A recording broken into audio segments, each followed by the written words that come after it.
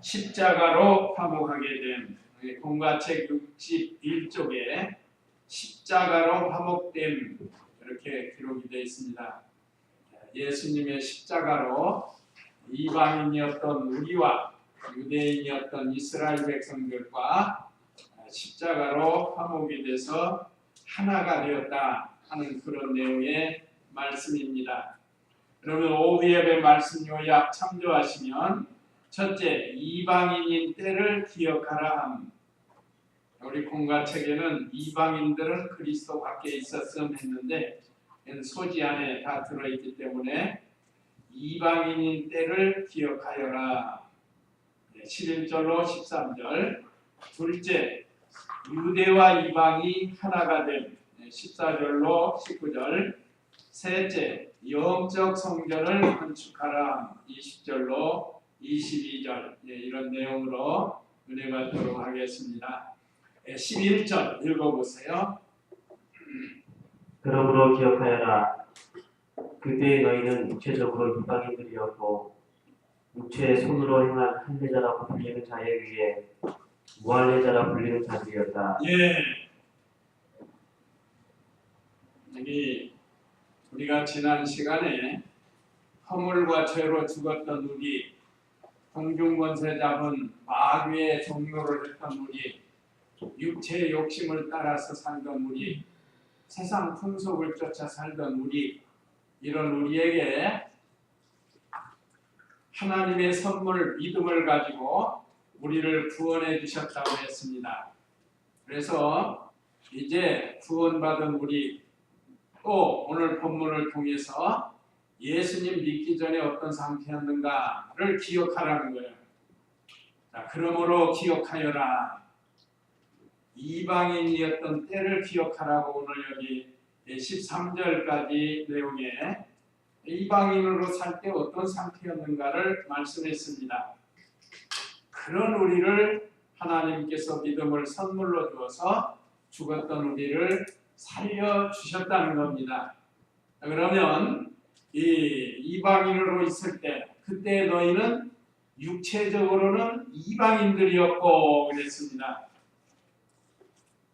이 말씀은 한마디로 육체적으로 이스라엘 백성이 아니었다는 겁니다. 하나님께서 특별히 선민 이스라엘 백성을 하나님께서 선택해서 자기 백성 삼으시고 그들에게 말씀도 주시고 또 각종 율법, 율례, 의문, 의식을 주셨다는 거예요. 근데 우리는 육체적으로도 이스라엘 사람이 아닌 이방이었다는 거예요. 또 육체의 손으로 행한 할례자라고 불리는 자에 의해 무할례자라 불리는 자들이었다. 할례는 믿음의 조상 아브라함 때부터 하나님께서 명령하신 겁니다. 할례는 정욕을 제거한다. 하나님의 언약에 참여한다. 하나님의 백성이다 하는 그런 뜻이 있다고 그랬습니다. 자, 이런 이스라엘 백성은 하나님의 언약에 참여했고 하나님의 거룩한 백성이고 그러므로 정욕을 제거하면서 살던 이스라엘 백성이 할례를 행했는데 그건 손으로 했단 말이에요. 그런데 너희는 그 손으로 하지 아니한 무할례자라는 거예요. 무할례자. 이것도 할례 받지 못한 하나님의 백성이 아니었다 하는 그런 뜻입니다. 그 다음에는 이 12절 읽어보세요. 너희는 그 당시에 그리스도 밖에 있었고 이스라엘 백성에서 제외된 자들이고 약속의 언약들과 무관한 외인들이며 세상에서 소망도 없고 하나님도 없는 자들이었다. 그러나 그때 멀리 있던 너희가 이제는 그리스도 예수님 안에서 그리스도의 피로 가까워졌다. 여기 오늘 12절에도 너희는 그 당시, 그러니까 예수님 믿기 전에 그리스도 밖에 있었고 지금도 마찬가지입니다. 예수님 믿지 않는 사람 다 예수님 밖에 있는 사람들이에요. 우리는 예수님 안으로 들어왔지만 지금도 우리의 가족이나 친척이나 친구나 이웃들 보면 예수님 믿지 않으면 다 예수님 밖에 있는 그런 사람들입니다. 다시 말하면 예수님을 믿지 않은 사람들이라는 거예요. 과거에 우리도 그랬는데 하나님의 은혜로 예수님을 믿었어요. 그래서 이제는 그리스도 밖에 있는 게 아니고 그리스도 안에 들어왔습니다. 그 다음에는 이스라엘 백성에서 제외된 자들이고 그랬습니다. 이스라엘 백성의 제외된 자, 이것도 역시 이스라엘 백성이 아닌 이방인이었다는 거예요. 선택받지 못한 자라는 그런 뜻입니다. 또 약속의 언약들과 무관한 외인들이며, 약속의 언약들, 구약 성경에 보면 약속의 말씀이 참 많죠. 궁극적 내용은 하나님의 아들 예수님 믿으면 구원을 받고 하나님의 거룩한 자녀가 되고 이 세상 떠나면 하나님 나라에 들어가는 이 약속이 없었던 이방인들이었다는 거예요. 그래서 구약 성경에 뭐 여러 가지 약속들이 많이 있는데 한마디로 말하면 예수 그리스도를 통한 구원의 약속이에요. 이방인들은 그게 없다는 거예요. 지금도 그래요. 지금도 예수님 믿지 않고 뭐 세상에서 유명하다 뭐 난다 긴다 하는 사람들도 이제 세상 떠나면 다 불행하게 되는 겁니다. 그러니까 세상에서 소망도 없고, 자, 사람들 사는 게 소망 없어요. 다 나름대로 다 소망 가지고 있죠. 그런 소망을 말하는 게 아니에요. 구원에 대한 소망, 하늘나라에 대한 소망, 하나님의 기업을 받을 소망, 그런 게 없는 거예요. 우리는 이런 게 있잖아요. 이제 하나님 나라에 들어가는 소망도 있고, 구원 이루어 나가는 소망도 있고, 하나님 앞에 나아가는 이런 소망도 우리는 있지만 예수님 믿지 않는 사람은 세상에 사는 동안 이런 소망이 없다는 거예요. 그 다음에 하나님도 없는 자들이며 그랬습니다. 하나님도 없다는 건 하나님을 떠나서 하나님과 상관이 없는 그런 상태를 말하는 겁니다. 하나님하고 아무 상관이 없어요. 그러면 반대로 누구와 상관이 있죠? 하나님과 상관이 없으니까 반대로 누구와 상관이 있어요? 마귀와 상관이 있는 게 마귀 섬기면서 사는 겁니다. 우리도 이럴 뻔 알았는데 하나님께서 우리를 특별히 불쌍히 여겨서 최고의 선물인 믿음을 선물로 주어서 예수님 믿고 구원받아서 이제는 하나님 안에서 하나님이 우리 아버지가 되시고 우리가 하나님 아버지 하잖아요. 상관이 없는 게 아니에요. 이제는 우리 하나님의 자녀가 됐어요. 그 다음에 13절 상반절에는 그러나 그때에 멀리 있던 너희가, 멀리 있었던 자들이란 이스라엘에게서 떠나 있던 자, 이방인들, 이스라엘에게서 떠났던 자는 하나님과 멀어진 상태를 가리킵니다. 그러니까 예수님 믿기 전에는 우리가 다 하나님과 멀어지고 영적 이스라엘에 들어가지도 못하고 그렇게 살던 우리였다는 거예요. 그냥 이걸 기억하라는 겁니다. 이거. 이방인이었던 때를 기억하라는 거예요. 그런데 예수님을 피를 믿음으로 가까워졌다. 13절 하반절에 그랬죠. 이제는 그리스도 예수님 안에서 그리스도의 피로 가까워졌다. 예수 그리스도의 피를 믿음으로 이제 우리는 그리스도와 가까워졌습니다. 이방인과 이스라엘이 가까워진 거예요. 왜 그런가? 한 아버지 하나님을 믿고 섬기기 때문에. 과거에 이스라엘 백성들은 오실 예수 그리스도를 믿고 구원을 받았다면 오늘 이 시대는 오신 예수 그리스도의 보혈로 구원을 받는다. 속죄 안 받고. 그렇기 때문에 이제 한 아버지를 섬기는 거예요. 근데 중요한 거 여기 하나는 혈통적인 유대인이 아닌, 혈통적인 이스라엘이 아닌 이면적 유대인, 이면적 이스라엘인이 되어야 됩니다. 지금도 유태인들은, 유대교, 이스라엘 사람들, 유대교 믿는 사람들은 이건 표면적 이스라엘, 조상 아브라함의 후손이라고 자랑하지만 그 조상을 통해서 약속한 예수 그리스도를 믿지 않는 그 유태교인들, 이거는 표면적 유대인이에요. 이게 우리하고 달라요. 우리는 예수 그리스도를 통해서 하나님께 나아가지만 그들은 아직도 메시아를 기다리고 있어요. 아직도 안 왔다는 거예요. 지금 언제 오르니만. 우리는 2000년 전에 오신 예수님 메시아를 지금 영접하고 하나님의 거룩한 자녀가 돼서 하나님의 아버지로 섬기는데 이들은 그렇지 않는.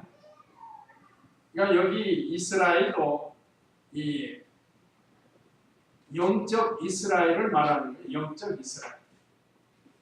지금도 유태인들은 이 혈통적으로만 주장하는 거예요. 메시아 기다리고. 참 안타까운 일입니다. 그런데 우리는 예수님의 피를 믿음으로 예수님과 가까워졌고 하나님을 아버지라 부르고 이 세상 떠나면 언제고 아버지의 나라에 들어갈 수 있는 은혜를 우리에게 주셨는데 이걸 기억하라는 거예요. 이방인으로 있을 때도 기억할 뿐만 아니라 예수님의 피로 가까워진 것도 기억하라. 늘 감사하면서 살아야 돼요. 그 다음에 14절로 19절은 유대인, 유대와 이방이 하나가 됐다. 14절 읽어보세요. 그분은 우리의 화평이시다.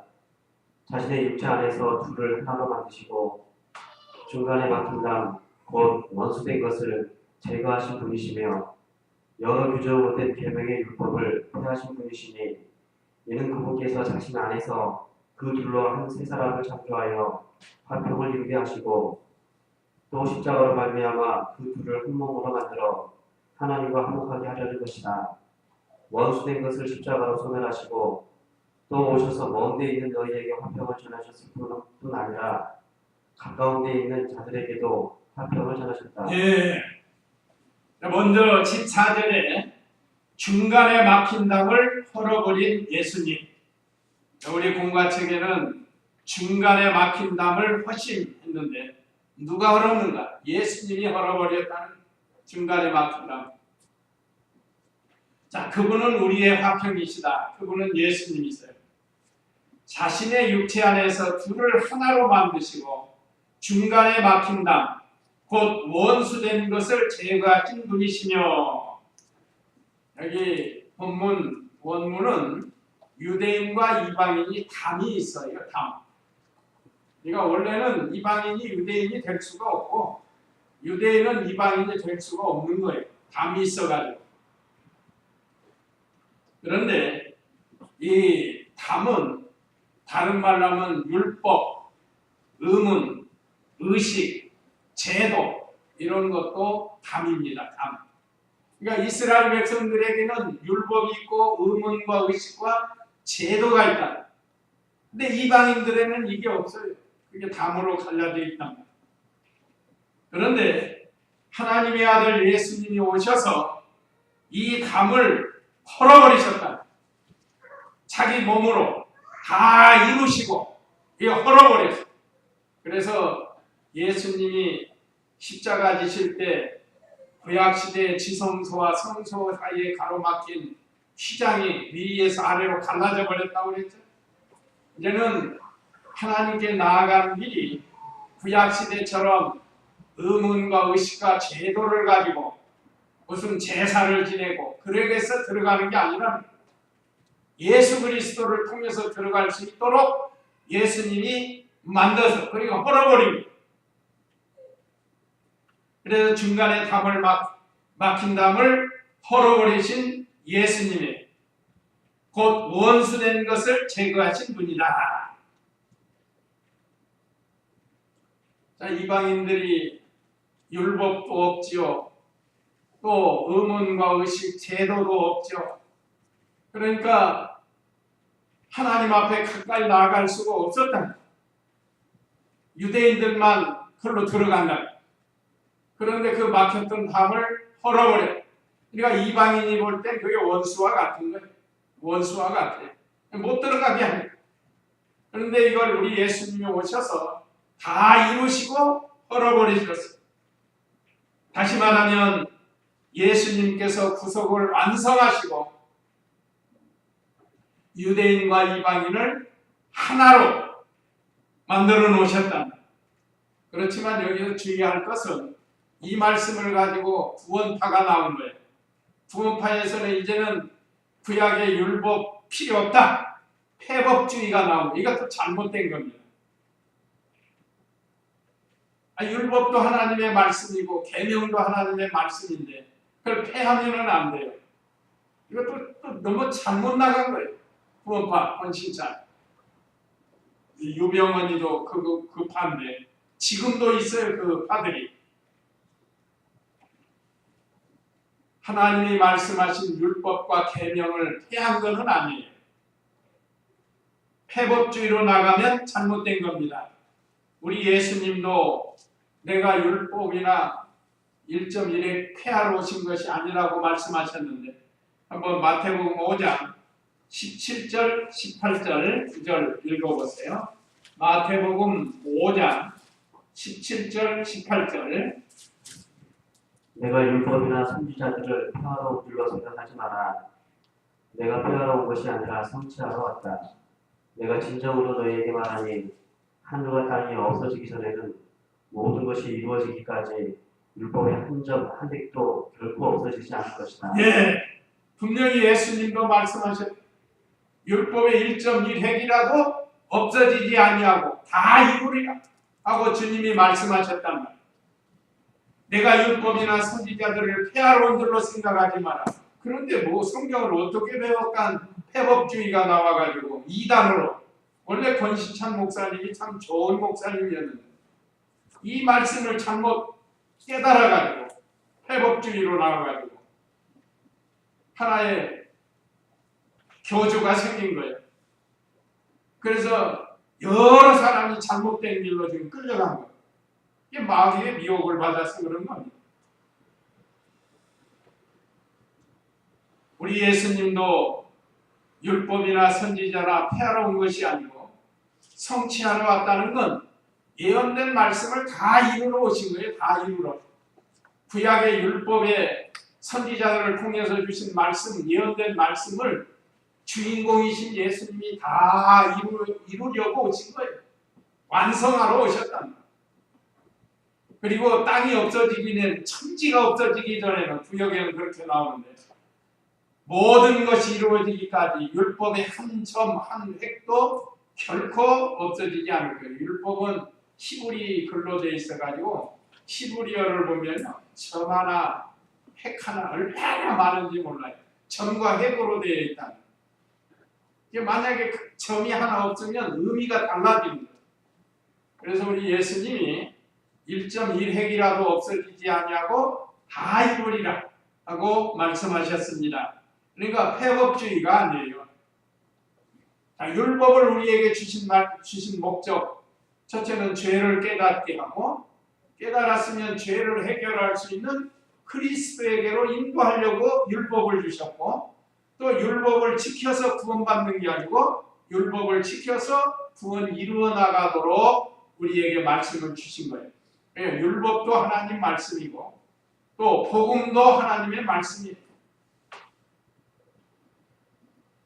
그래서 여기 폐한다는 것은 의문과 의식과 제도, 예수님이 다 완성하신 그 의문과 의식과 제도. 그래서 우리는 오늘 신약시대에는 제물을 가지고 제사 지내는 게 아니에요. 예수님이 이미 피로 다 완성하셔서 예수님의 피 가지고 나가면 되는 겁니다. 그래서 원수와 같았던 그 막힌 담 예수님이 다 헐어버리셨어요. 그 다음에 15절 16절에서는 둘을 한 몸으로 화목시킨 예수님, 둘을 한 몸으로 만들어 화목하게 하심이 했는데, 자, 둘이라는 건 이방인과 이스라엘과 이방인, 이 둘이에요. 둘이었는데 하나가 되겠다. 그러니까 영적으로 하나가 되는 거예요. 예수 그리스도를 통해서. 자, 여러 규정으로 된 계명의 율법을 폐하신 분이시니 예수님이 다 완성하신 거예요. 완성. 이는 그분께서 자신 안에서 그 둘로 한 세 사람을 창조하여 화평을 이루게 하시고 그랬습니다.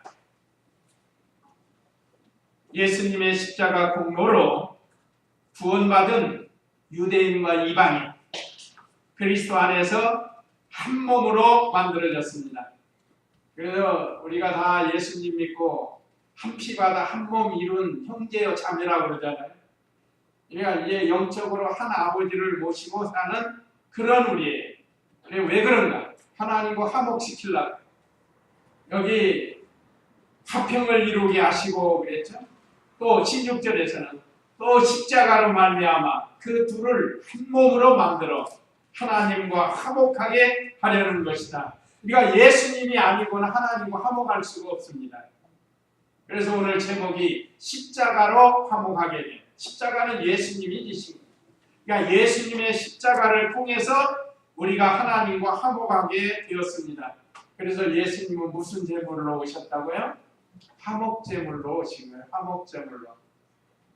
원수되었던 하나님과 우리가 원수되었는데 예수님의 십자가를 통해서 화목하게 됐어요. 그래서 하나님께 나아갈 수 있고 아버지라고 부를 수 있고 아들로 삼아주시고 얼마나 이 큰 은혜와 사랑을 베풀어 주었습니다. 이제 그리스도 안에서 새로 지음받은 새 사람, 영적인 사람이에요. 영적 생명을 가진 사람. 그러니까 넓은 의미로는 하나의 하나. 우리 개개인이 다 하나씩 모여서 중마동 교회가 되고 중마동 교회, 우리 여러 교회들이 또 모여서 한 교단이 되고 모든 교단이 또 모여서 전체 한 교회가 되고 교회의 머리는 예수님이 되시고 우리는 하나가 되었다는 겁니다.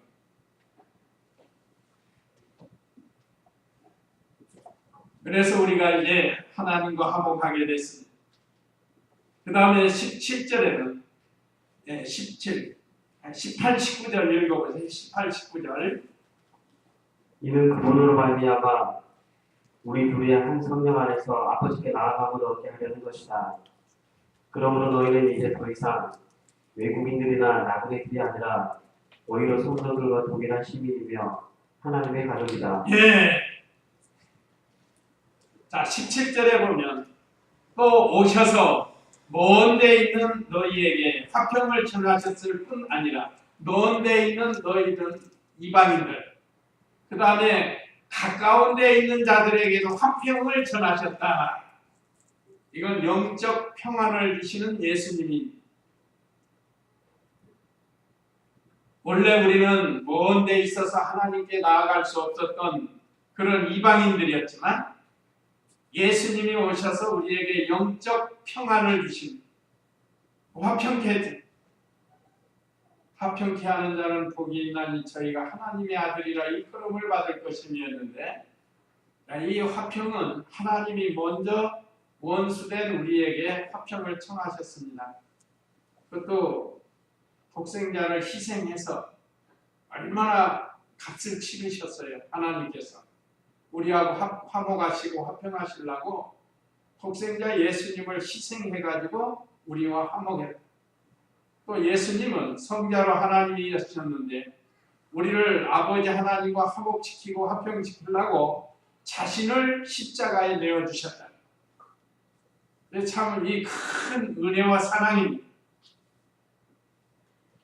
그래서 이제는 예수님의 은혜로 평안의 복음을 우리에게 주셨습니다. 우리가 이 복을 받았어요. 예수님 믿는 모든 성도에게는 이렇게 영적인 평안을 주신 거죠. 18절에 이는 그분으로 말미암아 우리 둘이 한 성령 안에서 하나님께 나아감을 얻게 하려는 것이다. 왜 이렇게 우리로 하여금 그리스도 안에서 이방인과 이스라엘을 화평하게 하셨는가? 그것은 하나님께 나아감을 얻게 하려고. 그래서 지금도 성령께서 택한 백성들의 죽었던 영을 살리시는 말씀과 성령으로 살려서 하나님 앞에 나아갈 수 있도록 해주셨습니다. 그러니까 사실 구원은 우리의 노력이 하나도 없어요. 구원받는 것은 우리의 노력은 없습니다. 순전히 하나님 은혜로 된 거예요. 성부 하나님의 은혜와 사랑, 성자 예수님의 피 흘림, 희생, 성령 하나님의 인치심, 이 삼위 하나님의 은혜로 우리가 구원을 얻은 거예요. 이거 순전히. 그래서 자랑할 게 없습니다. 사실. 하나님의 은혜로 우리를 이렇게 구원해서 하나님 앞에 나아갈 수 있게 하셨고 19절에 그러므로 너희는 이제 더 이상 외국인들이나 나그네들이 아니라 오히려 성도들과 동일한 시민이며 하나님의 가족이다. 하나님의 가족이 됐다. 그래서 참으로 예수님 믿는 모든 성도는 하나님 안에서 한 가족이 되는 거예요. 아까 말씀드린 것처럼 개인이 모여서 교회가 되고 교회가 모여서 교단이 되고 교단이 모여서 세계 교회가 되는 거예요. 거기에 머리 되시는 분은 예수. 우리는 그 몸의 지체들이에요. 그래서 그 지체들이 맡겨준 사명을 감당해 나가는 거고 이로 인해서 우리는 이 하나님의 시민이 된 겁니다. 시민권을 받았어요. 빌립보 3장인가요? 빌립보 3장 시민권 받았다고 했는데 빌립보 3장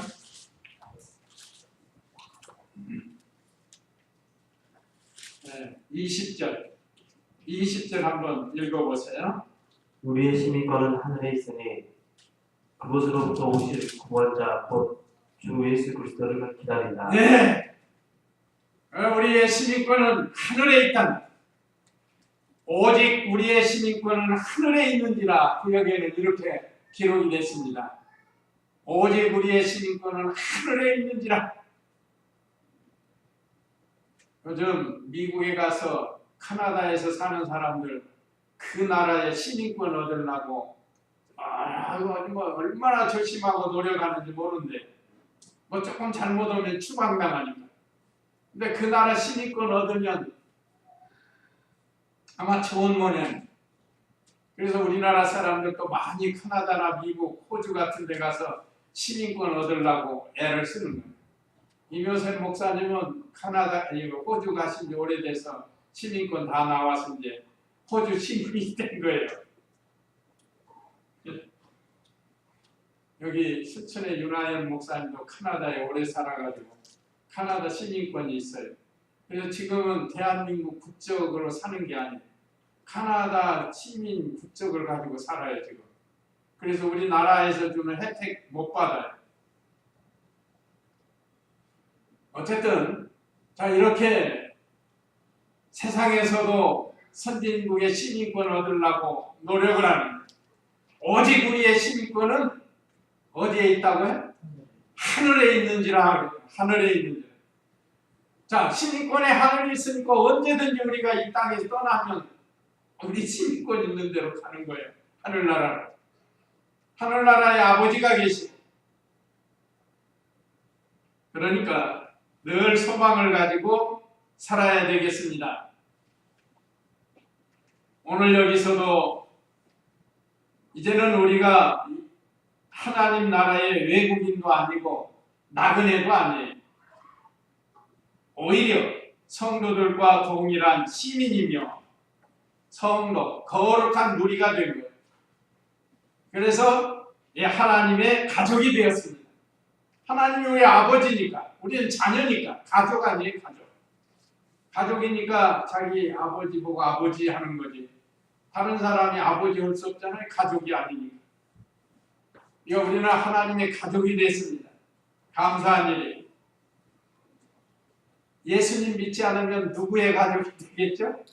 마귀의 가족이 돼가지고 마귀가 멸망할 때 지옥에 같이 갈 수밖에 없는데 우리는 천지를 창조하신 하나님의 가족이 되었어요. 감사한 일. 원래는 이방인으로서 오늘 여기 있는 말씀처럼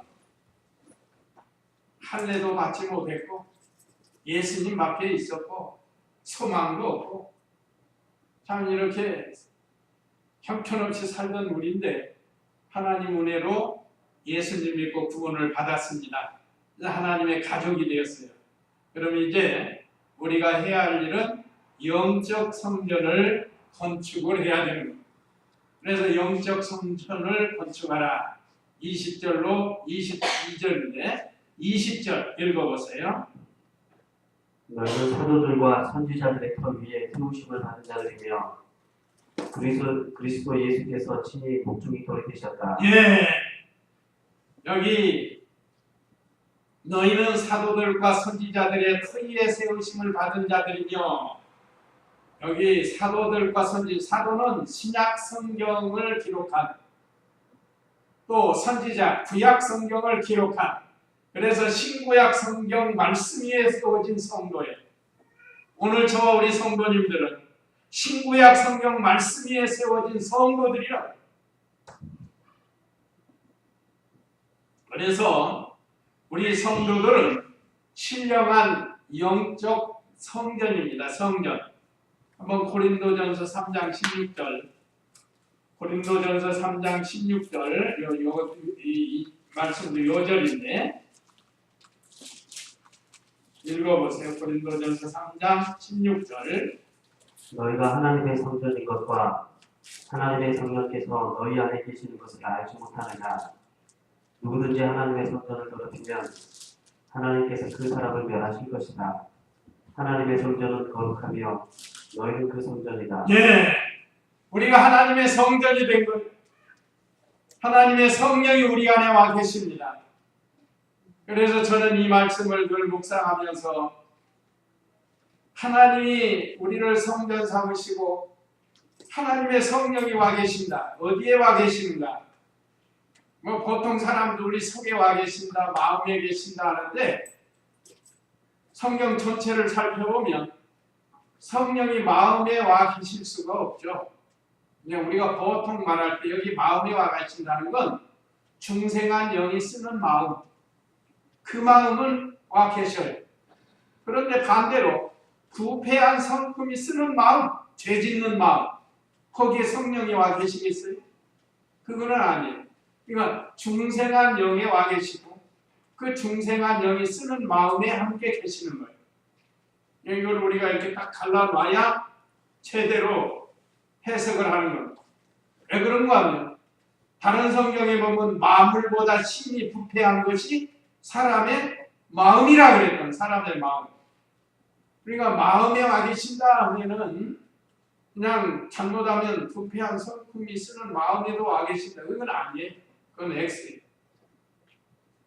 그래서 하나님께서 우리 죽었던 영을 말씀과 성령으로 살려서 새 생명을 주시고 그 안에 와 계신다. 이것이 성전입니다. 우리의 몸이 아니에요. 몸이 아니에요. 중생한 영이 성전, 그 성전에 하나님이 와 계십니다.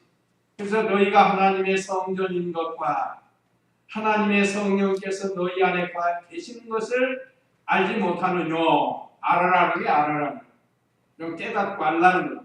누구든지 하나님의 성전을 더럽히면 하나님께서 그 사람을 멸하실 것이다. 하나님의 성전은 거룩하며 너희는 그 성전이다. 그래서 우리 성도의 중생한 영혼 속에 성령님께서 계신다. 이 아주 우리 공과책에 나와 있어요. 이 진리 깨달으면 우리의 신앙이 바로 될 수가 있습니다. 중생한 영혼은 마음이라고 할 수 있는데, 아까 말씀드린 중생한 영이 쓰는 마음이에요. 또 사도들과 선지자들 터에 세우심을 받았다 했는데, 아까 말씀드린 것처럼 사도들과 선지자들의 터는 신구약 성경을 가리킵니다. 하나님께서 사도들을 통해서 말씀을 기록하게 했고 선지자들을 통해서 구약 성경을 기록하게 했습니다. 그러니까 말씀 위에 성도가 세움을 받은 거예요. 말씀으로 거듭났고 성령과 말씀으로 우리가 거듭났다. 거룩해졌습니다. 그 다음에는 예수님이 모퉁이 돌이 되어주신다고 했는데 오늘 본문에 보면 그리스도 예수께서 친히 모퉁이 돌이 되셨다.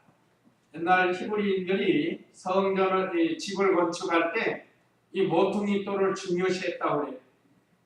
근데 거기서부터 집이 지어져 나가는 거예요. 모퉁이라는 거 아시죠? 이렇게 여기 각지는 여기가 모퉁이라는 거예요. 모퉁이. 여기 모퉁이에 기초석을 딱 놓고 여기서부터 이쪽으로 집을 지어 나가는 거예요. 그 모퉁이 돌이 예수님이에요. 예수님께서도 친히 자신이 모퉁이 돌이라고 말씀하셨습니다. 마태복음 21장 42절 마태복음 21장 42절 한번 읽어보세요.